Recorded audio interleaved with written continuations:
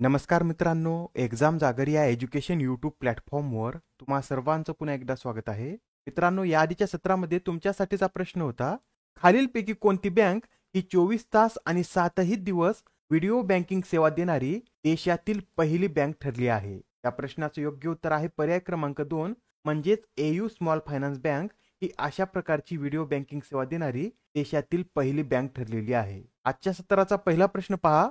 भारतातील पहिल्या long range रिव्हॉल्व्हरला काय नाव देण्यात आलं आहे? तर भारतातील पहिल्या लॉंग रेंज रिव्हॉल्व्हरला प्रबल असं नाव देण्यात आलेलं आहे. या रिव्हॉल्व्हरची निर्मिती उत्तर प्रदेशातील कानपूर येथे असलेल्या advance weapons and equipment India limited द्वारे करण्यात आलेली आहे व ही रिव्हॉल्व्हर 18 ऑगस्ट रोजी लॉन्च करण्यात येणार आहे. या रिव्हॉल्व्हर विषयी सांगायचं झालं तर ही 50 मीटर अंतरापर्यंत लक्ष्य भेदण्यात सक्षम आहे. याचं वजन 700 ग्राम इतकं आहे. तर बॅरल लांबी ही 76 मिलीमीटर आणि एकूण लांबी ही 177.6 मिलीमीटर इतकी आहे. प्रश्न क्रमांक दुसरा पहा. राष्ट्रपती द्रौपदी मुर्मू यांच्या हस्ते 17 ऑगस्ट रोजी रिकामी जागा हे जहाज लॉन्च करण्यात येणार आहे. तर राष्ट्रपती द्रौपदी मुर्मू या 17 ऑगस्ट रोजी विंध्यगिरी हे जहाज लॉन्च करणार आहेत.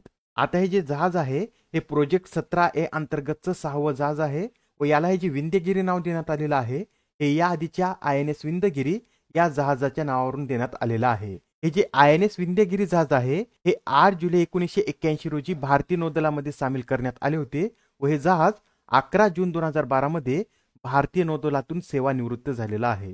मित्रांनो, याआधी सुद्धा आपण बऱ्याच वेळा पाहिलेला आहे. हा जो 70A प्रोजेक्ट आहे या अंतर्गत एकूण 7 जहाजांची निर्मिती करण्यात येत आहे. यापैकी 4 जहाजे ही माझगाव डाक शिपयार्ड लिमिटेड द्वारे तर 3 जहाजे ही Garden Reach Shipbuilders and Engineers Limited द्वारे तयार करण्यात येत आहेत. याआधी या प्रोजेक्ट अंतर्गत जी 5 जहाजे लॉन्च करण्यात आलेली आहेत त्यांची नावे काय आहेत? तर तारागिरी, उदयगिरी, दुनागिरी, नीलगिरी आणि हिमगिरी अशी त्या 5 जहाजांची नावे आहेत. नेक्स्ट क्वेश्चन पहा. LICच्या व्यवस्थापकीय संचालकपदी कोणाची नियुक्ती करण्यात आली आहे?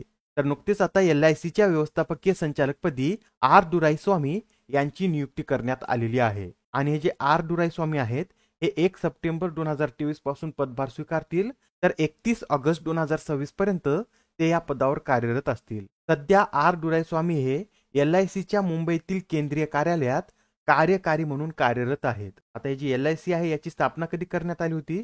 तर 1 सप्टेंबर 1956 मध्ये याची स्थापना करण्यात आली होती व याचं मुख्यालय मुंबई येथे आहे व हे मुख्यालय योगक्षेम या नावानं ओळखलं जातं. याआधी सुद्धा काही महत्त्वाच्या नियुक्त्या करण्यात आलेल्या आहेत त्या सुद्धा आपण एकदा पाहून घेऊया.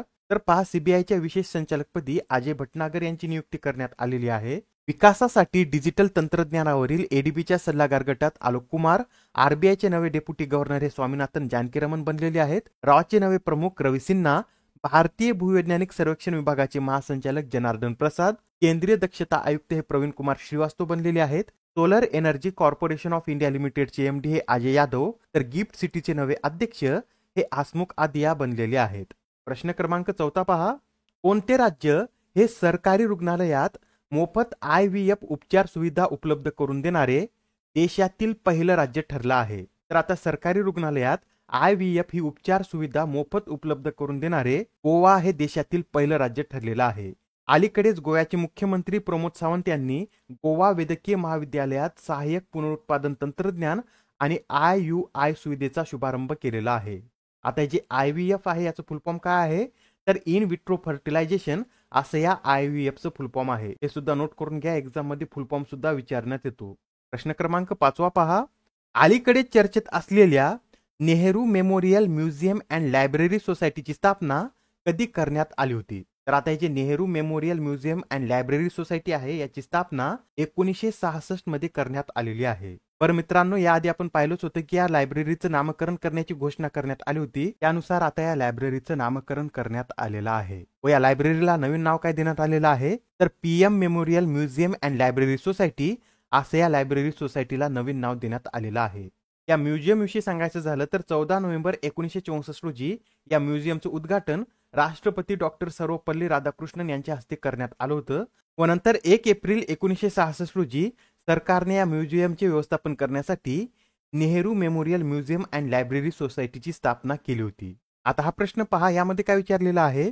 अलीकडेच प्रकाशित भारतीय राज्यांच्या वित्तीय स्थिती अहवालानुसार कोणते राज्य हे सर्वोत्तम वित्तीय स्थितीसह अव्वल स्थानी आहे. तर आता या राज्यांच्या वित्तीय स्थिती अहवालानुसार आपले महाराष्ट्र राज्य सर्वोत्तम वित्तीय स्थितीसह या क्रमवारीमध्ये अव्वल स्थानी आहे. तसेच या क्रमवारीमध्ये दुसऱ्या क्रमांकावर छत्तीसगड हे राज्य आहे, तिसऱ्यावर ओडिशा, चौथ्या क्रमांकावर तेलंगणा, तर पाचव्या क्रमांकावर झारखंड हे राज्य आहे. व या अहवालानुसार पश्चिम बंगाल या राज्याची कामगिरी सर्वाधिक वाईट आहे. त्यानंतर पंजाब, बिहार, राजस्थान आणि उत्तर प्रदेश या राज्यांचा यामध्ये क्रमांक लागतो. त्यानंतर पंजाब, बिहार, राजस्थान आणि उत्तर प्रदेश या राज्यांनी सुद्धा वाईट कामगिरी केलेली आहे. नेक्स्ट क्वेश्चन पहा. 2023च्या फॉर्च्यून ग्लोबल 500 यादीत कोणत्या कंपनीने पहिले स्थान पटकावले आहे? तर या यादीमध्ये वॉलमार्ट या कंपनीने प्रथम स्थान पटकावलेलं आहे व वॉलमार्ट ही कंपनी सलग 10व्या वर्षी या यादीत अव्वल स्थानी आहे. वॉलमार्ट नंतर यामध्ये दुसऱ्या क्रमांकावर कोणती कंपनी आहे? तर सौदी आरामको आहे व तिसऱ्या क्रमांकावर स्टेट ग्रिड ही कंपनी आहे. तर आपल्या भारतातील किती कंपन्यांचा या यादीमध्ये समावेश आहे? तर भारतातील 8 कंपन्यांनी या यादीमध्ये स्थान मिळवलेलं आहे. त्यापैकी रिलायन्स इंडस्ट्रीज ही 88व्या क्रमांकावर आहे. आणि जी फॉर्च्यून ग्लोबल 500 यादी आहे ही कधीपासून प्रकाशित केली जाते? तर 1955 पासून ही यादी प्रकाशित केली जाते. नेक्स्ट क्वेश्चन पहा. भारताच्या EGOV या फाउंडेशन आणि UNDPने कोणत्या देशातील वैद्यकीय कचरा व्यवस्थापन सुधारण्यासाठी एक सामंजस्य करार केला आहे? तर भारतीय EGOV फाउंडेशन आणि UNDPने इंडोनेशिया देशातील वैद्यकीय कचरा व्यवस्थापन सुधारण्यासाठी एक सामंजस्य करार केलेला आहे. आता जे UNDP आहे याचं फुल फॉर्म काय आहे? तर युनायटेड नेशन्स डेव्हलपमेंट प्रोग्राम असे याचं पूर्ण स्वरूप आहे. याची निर्मिती 22 नोव्हेंबर 1965 मध्ये करण्यात आलेली आहे. मुख्यालय न्यूयॉर्क, तर सध्या याचे प्रमुख आचिम स्टेनर हे आहेत. याबरोबरच एक्स्ट्रा माहितीमध्ये हे सुद्धा नोट करून घ्या. UNDPने महिलांचे सक्षमीकरण करण्यासाठी दीनदयाल अंत्योदय योजना राष्ट्रीय नागरी उपजीविका अभियानात भागीदारी केलेली आहे. प्रश्न क्रमांक 9 पहा. केंद्र सरकारने ऊर्जा मिश्रणातील नैसर्गिक वायूचा वाटा सध्याच्या 6% कधीपर्यंत 15% करण्याचे लक्ष ठेवले आहे? तर आता केंद्र सरकारने ऊर्जा मिश्रणातील नैसर्गिक वायूचा वाटा सध्याच्या 6% 2030 पर्यंत 15% करण्याचे लक्ष ठेवलेलं आहे. जाता जाता मित्रांनो या पुरस्काराविषयी सुद्धा आपण थोडक्यात माहिती पाहून घेऊया. याआधी आपण याविषयी माहिती पाहिलेलीच आहे, पण नुकताच आता 41वा लोकमान्य टिळक राष्ट्रीय पुरस्कार पंतप्रधान नरेंद्र मोदी यांना प्रदान करण्यात आलेला आहे. या पुरस्काराचे यावेळेस वैशिष्ट्य म्हणजे पंतप्रधानपदी असताना हा पुरस्कार मिळवणारे नरेंद्र मोदी हे पहिलेच व्यक्ती आहेत. याआधी इंदिरा गांधी यांना मरणोत्तर, तर डॉक्टर मनमोहन सिंग आणि अटल बिहारी वाजपेयी यांना पंतप्रधान होण्यापूर्वी हा पुरस्कार मिळालेला आहे. पंतप्रधान नरेंद्र मोदी यांना हा पुरस्कार कधी प्रदान करण्यात आला आहे? तर 1 ऑगस्ट रोजी त्यांना हा पुरस्कार डॉक्टर दीपक टिळक यांच्या हस्ते प्रदान करण्यात आलेला आहे. आणि ही या पुरस्काराची 41वी आवृत्ती होती व या पुरस्कारामध्ये विजेत्याला 1 लाख रुपये रोख आणि सन्मान चिन्ह देण्यात येत असतं. हा जो पुरस्कार आहे हा पहिला पुरस्कार कोणाला देण्यात आला होता? तर 1983 मध्ये ज्येष्ठ समाजवादी नेते SM जोशी यांना हा पुरस्कार प्रथम देण्यात आला होता. आजच्या सत्रामधील तुमच्यासाठीचा प्रश्न पहा.